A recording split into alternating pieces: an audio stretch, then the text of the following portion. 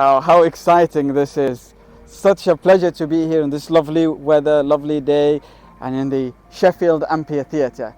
This is the place where historically societies and people gathered to discuss, agree or disagree, and finally made decisions. So it's very fitting to the topic of today, which is conflict, specifically avoiding conflicts. Before we start, I just want you to think of one person that you are avoiding very difficult conversation with. Do you have that person in mind? I want to see nods if you have. Okay, because some people have their managers, others their partners, but I want you to hold that person throughout, because what I'm going to do today is share with you my perspective on conflict avoidance. To me, I think of conflict as feedback just waiting to be given and usually delayed. And in order to illustrate this, I want to share with you a story. So I have a personal story and a work story. If you want a personal story, just shout personal. Personal. Or a work story, if you say work. With a personal story. So I grew up in Saudi Arabia until I finished my high school. And in primary school, I was doing great, just getting my A's and A stars. I was smashing it. But when I got into secondary school, things changed.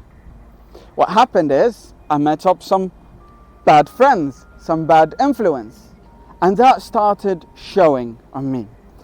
I started looking at having good grades as not cool. I wanted to hang out with the people sitting at the back. And the results of that came out. I started getting my first C's. So what did I do? I kept that a secret. I didn't share it with my parents. Midterm came and more C's and D's even came. I still kept it a secret and didn't share it with my parents.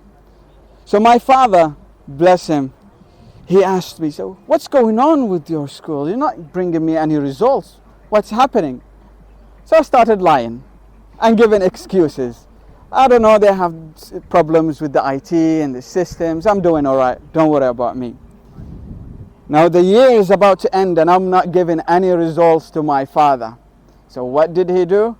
He came and visited me at school and asked about my result. And as you can guess, he found out that I was lying and keeping a secret. And let me tell you, he kicked the ever-living shit out of me that day. But before you call child services, let me tell you, that was well deserved. And it taught me a very big lesson that carried with me throughout life, work, further education, and in personal relationship, is to always take the hit. Don't delay it. Face the music. You know that there is something wrong. Just face it and go head on. Because if you prolong it, it's just a misery. I remember when I was hiding that secret, every single day I was living in fear. I don't want my parents to find out. And I was stuck with my bad friends and I didn't want to leave. It was a situation of uncertainty and agony. But once I got that beating, he beat it out of my system, so I felt great after it. Things worked out well.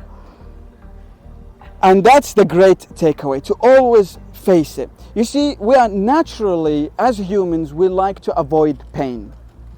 And to be more specific, this is more the animalistic side of us, because animals just think about the present moment. Unlike us humans, we think about the future and the past.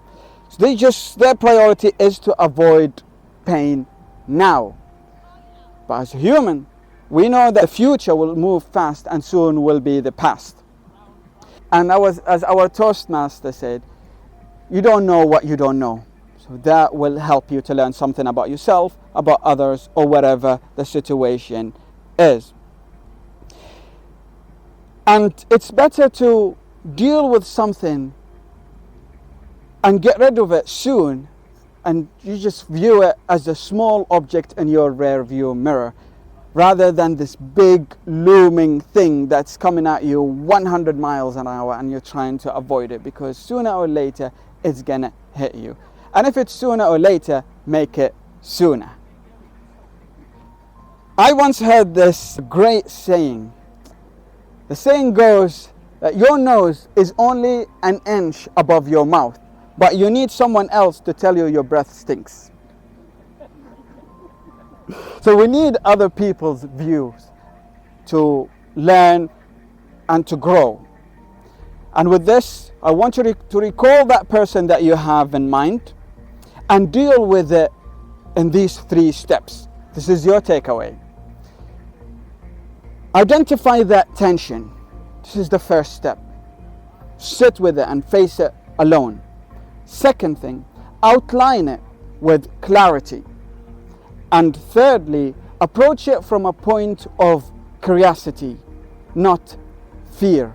And my final saying to you is, face your problems, because they will just get smaller rather than bigger. Thank you very much.